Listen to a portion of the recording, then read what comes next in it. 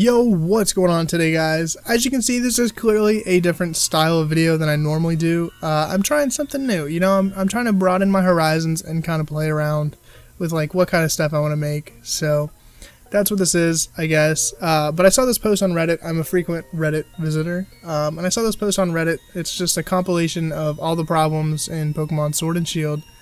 It's very well written.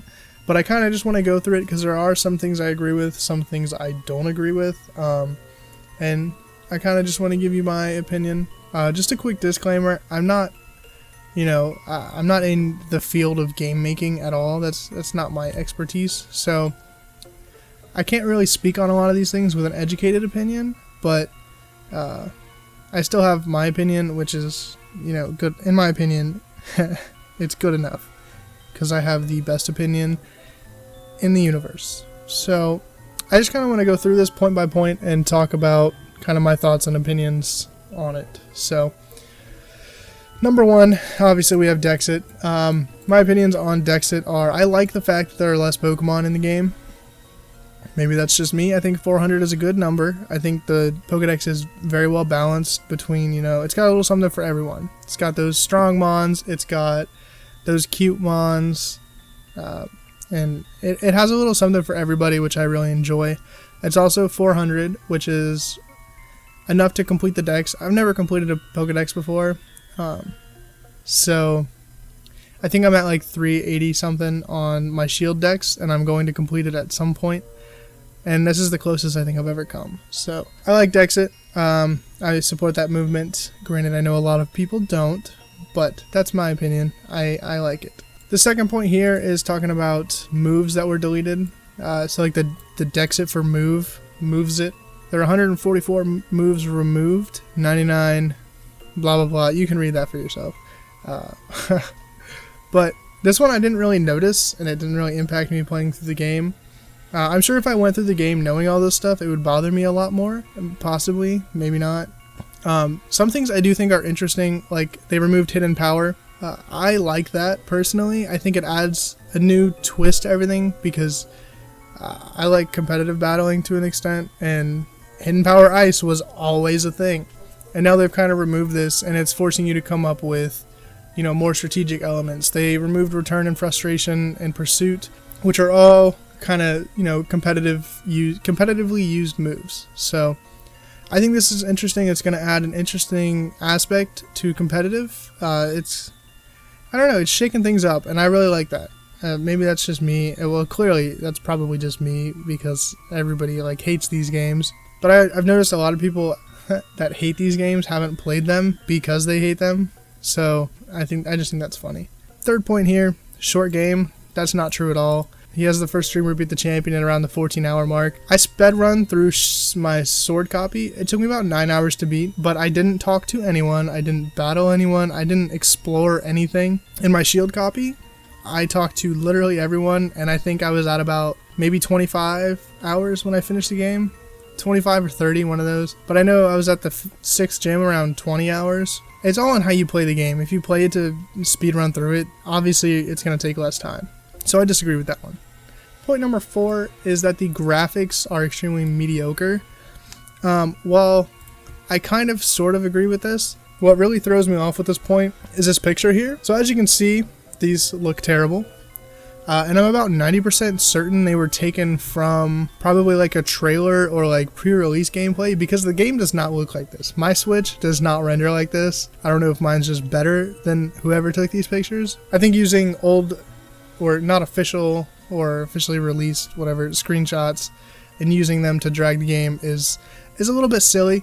The graphics could be better, I do agree. And here's the tree thing again. Everybody's hooked on this goddamn tree. I don't fucking care what the tree looks like. I'm gonna be 110% honest. I literally do not care what the tree looks like. If you come to Pokemon to play a graphically good looking game, you might be playing the wrong game. And I know that's might be silly to say. When has Pokemon ever had great graphics? I don't understand that. I understand it's a new console. The other thing with it being a new console, you have to understand that this is their first release on the Switch. Well, their first main release on the Switch, let me say. Things aren't going to be perfect. your expectations should have been low.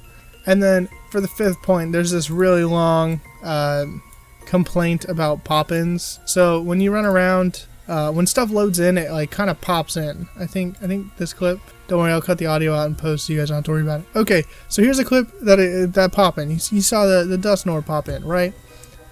Apparently that is just like a bad thing. I don't understand why it's a bad thing, and I understand that the Switch should be able to like pre-render, but I don't see why things not popping in would cause you to dislike the game so much.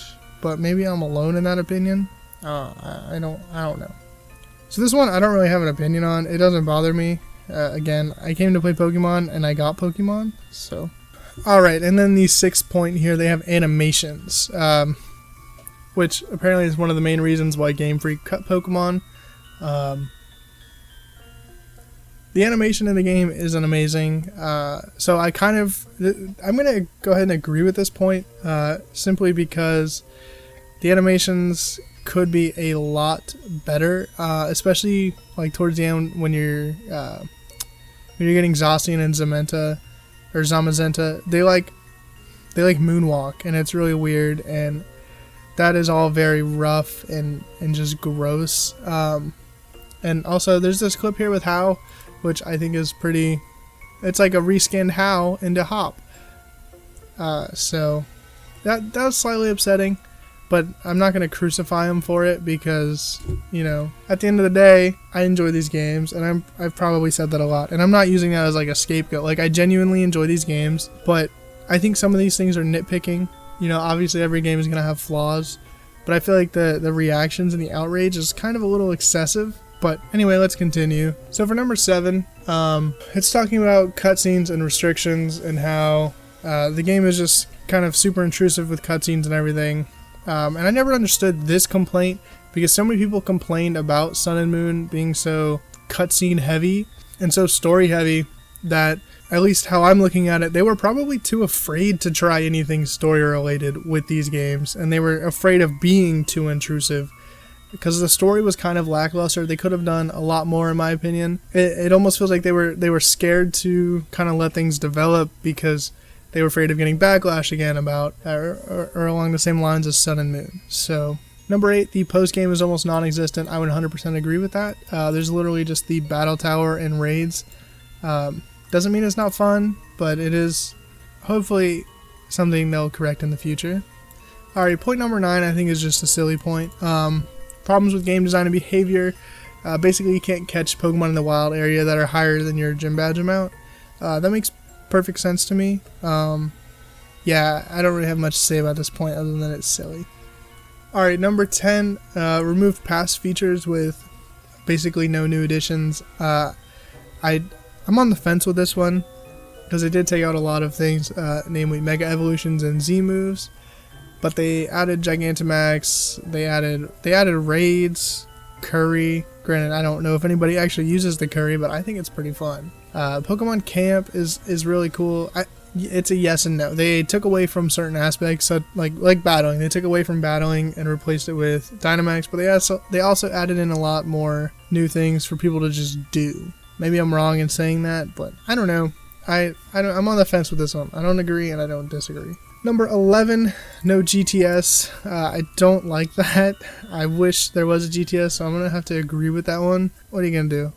This one's talking about the price. It's a $20 price increase for less content. I bought both my games for like $40 new from Walmart, so I can't really speak on this. Yeah, I don't really have an opinion on this one. Number 13, performance. I hard agree with this one. I had a lot of frames drop, especially when you're online, like going into the wild area. Your Switch like has a conniption and just dies, which I don't like. And it's just something I kind of got used to, and it didn't really bother me. But I do agree with this one. Performance is really shoddy.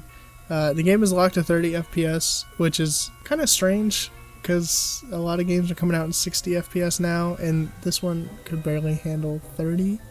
So I do hope that gets fixed. But number 14, game breaking bugs. This is talking about how your save file gets corrupted, and and a couple other things, but every game has bugs and glitches, and I'm not making an excuse for this because they should be patched out, but things happen, and it seems like it missed a final polish, which I was really hoping there'd be a day one patch for, but there wasn't. So we just kind of gotta make do with what we got. There's still hope. Maybe one day they'll patch the game, because that's one thing they do have with the Switch now, is they do have the ability to patch. I think they had it with the 3DS too, but I would like to see them utilize that a lot more. And then here is just the author telling people not to buy the game, and I think that's silly. 6 million. Let's find out how many people have. Let's see how many sales this game has.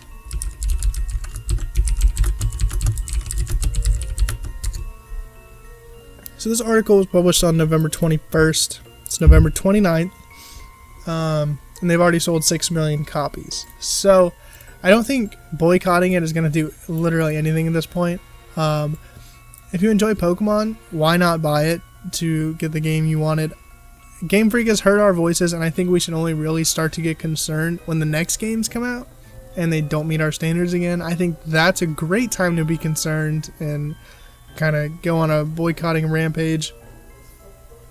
But you gotta take into account, this is their first main title game on a new console. Typically, those aren't the best. And, well, I mean, I guess that's really the only thing. They've heard our voices. They know we're not happy. But as a fan, I'm still gonna buy it. I thoroughly enjoyed these games. I'm still enjoying these games. I definitely have about 120 hours across Sword and Shield collectively.